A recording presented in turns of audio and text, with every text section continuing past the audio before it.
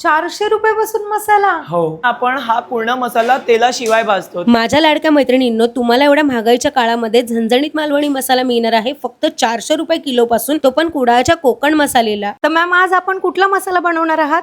आज आपण बनवणार आहोत स्पेशल मालवणी मसाला. स्पेशल मालवणी मसाला? हो, ज्याच्यात तुम्ही चिकन बनवा, मटण बनवा की काळे वाटाण्याची उसळ बनवा, वरून काय घालावं लागणार नाही, एकदाच प्रोसेस करून टाक. अरे वा, त्याच्यामध्ये काय काय येतं? त्याच्यामध्ये ना 20 प्रकारचे गरम मसाले येणार आहे आणि त्याशिवाय 3 ते 4 प्रकारच्या मिरच्या येणार. तर आपण बघूया ऑथेंटिक मालवणी मसाला, म्हणजे आपण म्हणतो ना कोकणातलं मालवणी मसाला. त्याच्यात आपल्याला लागणार आहेत धणे, खसखस, बडीशेप, हळद कांडी, दालचिनी, मसाला वेलची, चक्रफूल, जायफळ, नागकेशर, शाही जिरा, सुंठ, तमालपत्र, मोहरी, जिरं, काळी मिरी, मेथी, हिंग खडा, हिरवी वेलची, लवंग आणि कसुरी मेथी, रामपत्री, अशा प्रकारचे सगळे मसाले लागतात. आता आपण रोस्टिंग करूया. सगळे मसाले प्रॉपर जर रोस्ट नाही झाले तर मालवणी मसाल्याची टेस्ट चेंज होणार. तो प्रॉपर रोस्टिंग हे खूप महत्वाचा भाग आहे. तर त्याच्यात माझ्याकडे हा रोस्टर मशीन आहे, त्याच्यात आपण रोस्टिंग चालू करूया. आता हे प्रॉपर टेम्परेचरवर सेट होऊन दे, तोपर्यंत आपण मसाले जे एकत्र आपण भाजू शकतो ते मिक्स करून घेऊ. आता तुम्ही ह्याच्यात रोस्ट करणार आहात? हो. पहिलेच्या काळामध्ये कसं लोकांकडे चूल असायची, चुलीवर करायचे नाही तर गॅसवर. हो, पण आता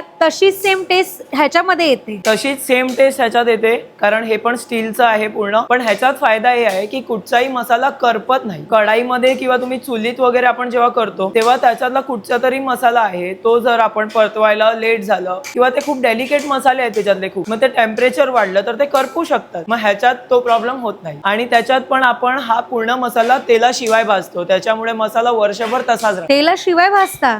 तेल अरे वा. घालायची मालवणी मसाल्यात गरजच नसते. तर आपण आता चालू करूया रोस्टिंग. तर आता पहिलं सगळ्यात ना आपण बडीशेप, जिरं, शाही जिरं हे सगळं एकत्र भाजतो, कारण ह्यांना लागणारा टेम्परेचर ऑलमोस्ट सेम असतो. आपण त्यांना एकत्र भाजू शकतो.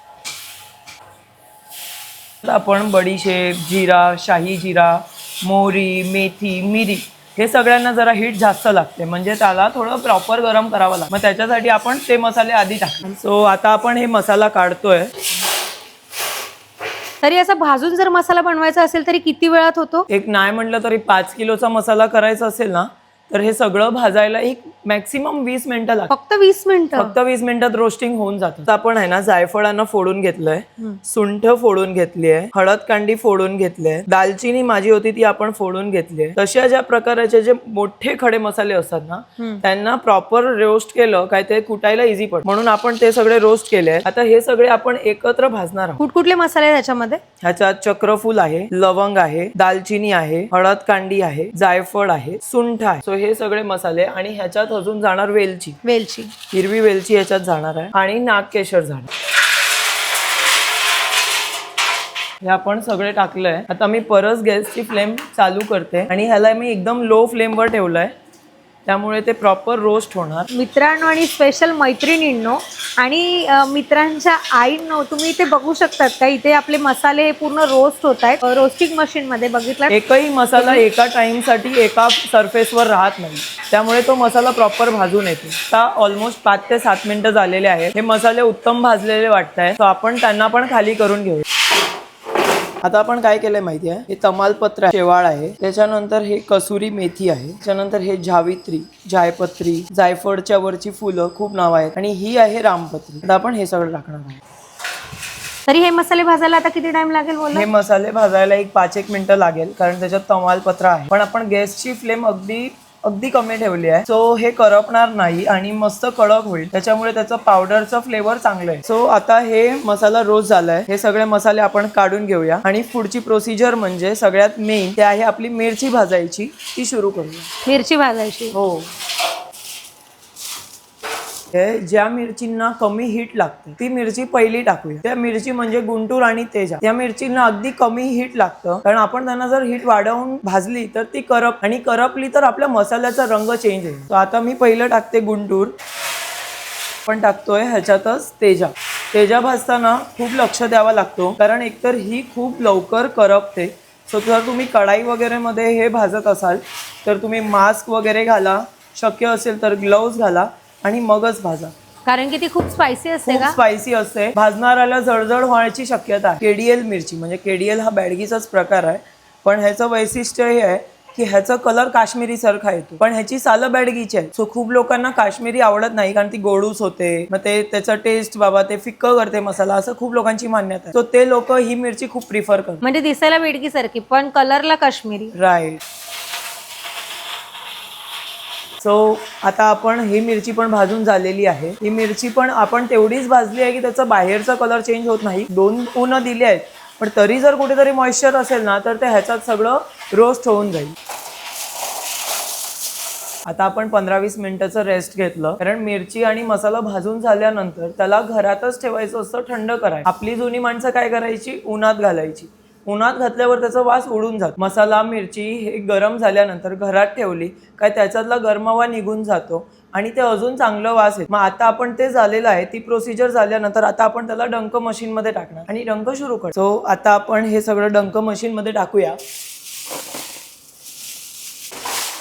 माझी डंक मशीन ऍक्च्युली थोडी मोठी आहे.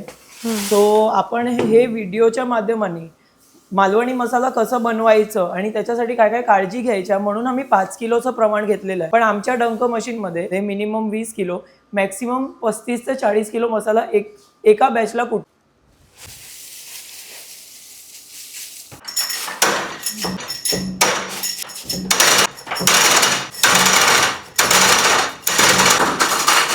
एक जाताना घेऊन काय लावू कसं नाही.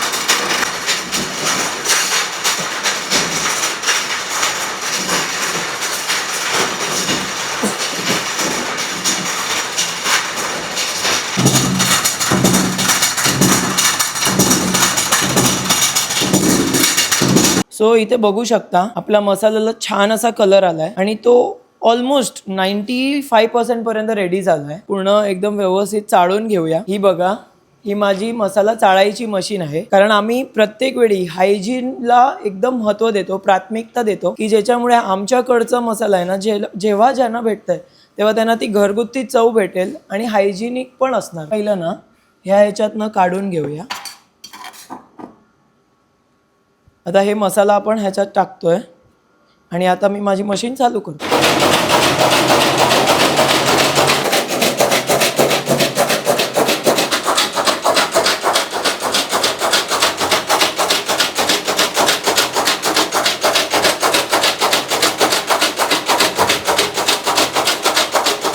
इथे मसाला तयार झालाय. फक्त आता ह्याच्यात कसं असतं माहिती आहे, आता हे बघा इथे थोडासा जाड मसाला राहतो, मग हे आपण वेस्ट घालवू शकत नाही. त्याच्यासाठी माझ्याकडे छोटंसं मिक्सर आहे, मी त्याच्यात हे सगळं मसाला टाकते आणि त्याच्यात ते अगदी बारीक होऊन की जे राहिलेला आपला भुगा असतो मिरचीचा हो.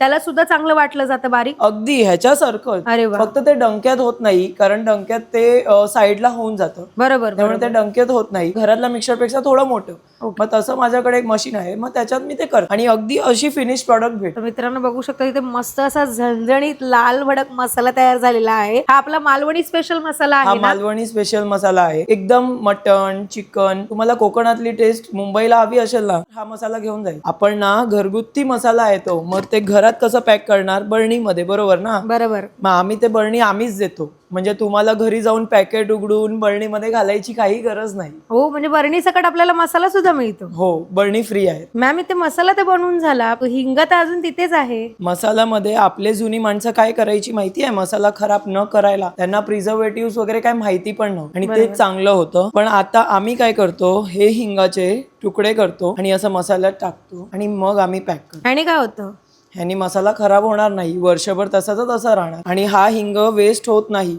जेव्हा तुमचा मसाला संपेल, ह्या हिंगाची तुम्ही पावडर करून जेवणात वापरू शकता. मस्तच. मग इथे आपला मसाला तयार झालाय का? हो, इथे मसाला पूर्ण प्रॉडक्ट रेडी झालं. नमस्कार, माझं नाव कृपा भानुशाली. आपल्या ब्रँडचं नाव काय आहे? कोकण मसाले. आमच्याकडे गरम मसाला, भाजका मसाला, आपला स्पेशल मालवणी मसाला, असे खूप प्रकारचे जे कोकणातले मसाले आहेत ते सगळे. आपल्या व्यवसायाला तरी किती वर्ष झाली आहेत? आमच्या या व्यवसायाला 35 वर्षापेक्षा जास्त. 35 वर्षापेक्षा जास्त. हो. मग आपल्याकडे मिळणारे मसाले एकदम फ्रेशच असतील ना? एकदम फ्रेश असणार आणि त्याची जी गुणवत्ता आहे, त्याच्यात वापरलेल्या खड्या मसाल्यांची जी गुणवत्ता आहे त्याची आम्ही खात्री करूनच त्याचा मसाला बनवतो. म्हणजे आपल्याकडे मसाल्याचं स्टार्टिंग रेट किती पासून चालू होतं? 400 रुपये. 400 रुपयापासून मसाला? हो. बाप रे बाप. आता तर मसाल्याच्या मिरच्या खूप महाग झाल्यात असं मी ऐकलंय.